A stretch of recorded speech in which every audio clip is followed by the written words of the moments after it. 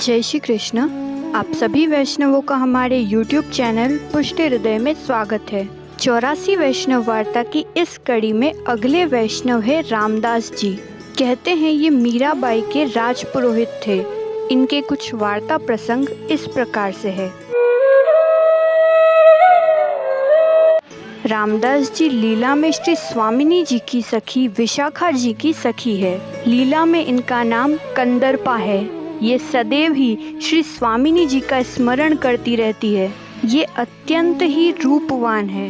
एक दिन की बात है, कंदर्पा सखी अपना श्रृंगार कर रही थी।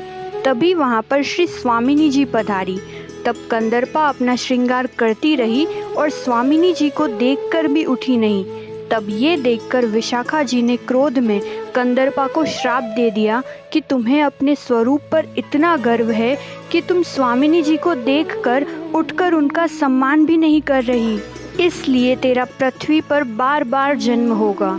कई जन्म लेने के पश्चात ये मेवाड़ में एक ब्राह्मण के घर जन्मे। जब रामदास जी 22 वर्ष के हुए तब इनके पिता ने इन्हें रणछोड़ जी के दर्शन हेतु ले गए। वहाँ पर आचार्य श्री भी पधारे थे। तभी रामदास जी ने आचार्य श्री के दर्शन किए और अपने पिता से कहने लगे, हम भी आचार्य श्री की शरण में जाके इनके सेवक बन जाते हैं। तब उनके पिता ने कहा कि ये भी तो ब्राह्मण हैं और हम भी ब्राह्मण, तो हम इनके सेवक क्यों बन जाए। आज के बाद ये बात मत कहना। तब रामदास जी मौन हो गए। अपने पिता से छिपकर रामदास जी आचार्य श्री के सन्मुख आए और विनती करने लगे, हे महाराज, मेरा मन तो आपकी सेवा करने का है, परंतु मेरे पिता इसके विरुद्ध हैं और मेरी इच्छा है कि आप उन पर भी कृपा करें, जिससे हम दोनों ही आपके सेवक बने और गृह क्लेश भी न हो। तब आचार्य श्री ने कहा कि तू तो देवी जीव है, तुझ पर प्रभु की कृपा है, तू प्रभु कृपा से जो भी बात अपने पिता को कहेगा वो सच होगी। तब रामदास जी वहाँ से अपने पिता के पास आए। उनके पिता रसोई कर रहे थे, तभी उनका हाथ जल गया। तब रामदास जी हाथ में जल लेकर पिता से बोले, ये जल मैं आपके हाथ पर डालूंगा और आपका हाथ अच्छा हो जाएगा, परंतु इसके पश्चात आपको आचार्य श्री का सेवक बनना पड़ेगा। तब उनके पिता बोले, यदि तुम्हारे इस प्रकार जल डालने से मेरा हाथ अच्छा हुआ तो मैं अवश्य ही उनका सेवक बनूंगा। तब रामदास जी ने हाथ में जल लेकर आचार्य श्री का ध्यान करते हुए अपने पिता के जले हुए हाथ पर जल डाला और तुरंत ही उनके पिता का हाथ अच्छा हो गया। तब रामदास जी कहने लगे कि चलो आचार्य श्री की शरण में। तब उनके पिता बोले, तू तो बावरा हो गया है, पहले रसोई तो करने दे। और कहने लगे, यह तो मेरा कर्म है, मेरे पुण्य से ही मैं ठीक हुआ हूँ। तब रामदास जी क्रोधित होते हुए बोले कि इतना हो जाने पर भी आप अपनी ही बात कर रहे हैं तो आपके नेत्रों की दृष्टि चली जाएगी। उसी समय उनके पिता को दिखना बंद हो गया और आंखों के आगे अंधेरा छा गया। तब उनके पिता बोले कि ये क्या किया, अब तो मैं उनका सेवक होऊंगा और जो तू कहेगा वही करूँगा, पर पहले मुझे ठीक कर दे। तब रामदास जी बोले कि अब तो आप आचार्य श्री के सेवक होगे तभी आंखें सही होगी। तब पिता बोले, तब तो तू जल्दी लेकर चल, पहले आचार्य श्री का सेवक बनूंगा फिर अन्य कार्य होंगे। रामदास जी पिता का हाथ पकड़कर आचार्य श्री के पास लाए, उन्हें दंडवत प्रणाम किया और कहने लगे, हे महाराज, मैं आपकी शरण में आया हूँ। आपके वास्तविक स्वरूप का मुझे ज्ञान नहीं था, कृपा करके मेरा दुख दूर करो।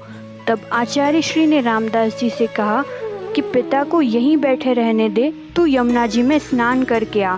तब रामदास जी यमुना जी में स्नान करके आए। आचार्य श्री ने ब्रह्म संबंध देकर उन्हें नाम निवेदन करवाया। बाद में उनके पिता को भी नाम निवेदन कराया। तब रामदास जी चरणामृत लेकर आए और पिता के नेत्रों से लगाया। तब उनके नेत्र पहले की तरह खुले और उन्हें सब दिखाई देने लगा। तब पिता ने आचार्य श्री को दंडवत प्रणाम करते हुए कहा, महाराज बताइए अब मेरा क्या कर्तव्य है। तब आचार्य श्री ने आज्ञा करी, अपने पुत्र रामदास के बताए अनुसार भक्ति के मार्ग पर चलोगे तो तुम्हें अवश्य ही मुक्ति मिलेगी। तब रामदास जी के पिता आचार्य श्री से विनती करने लगे, हे महाराज, मेरे माथे कोई सेवा पधराओ।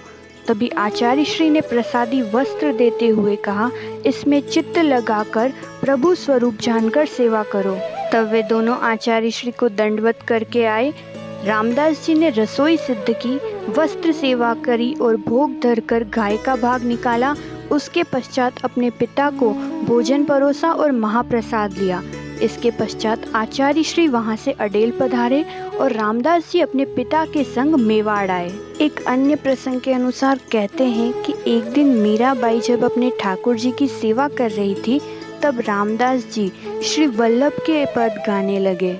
तभी दोनों में ही प्रभु भक्ति पर चर्चा होने लगी। कहते हैं चर्चा होते होते विचारों का मतभेद होने लगा। तब रामदास जी क्रोधवश वहाँ से उठकर चले गए। मीराबाई ने उन्हें रोकने के कई प्रयत्न किए, परंतु वे नहीं रुके। कई लोगों के साथ मीराबाई ने अनेक बार बुलावा भेजा, परंतु उन्होंने सभी को लौटा दिया और मीराबाई के लिए संदेश भेजते हुए कहा कि मेरे तो सर्वस्व आचार्य श्री महाप्रभु जी है, हमें तो उन्हीं के चरणारविंद का आश्रय है। वे रामदास जी आचार्य श्री महाप्रभु जी के ऐसे भगवदीय थे।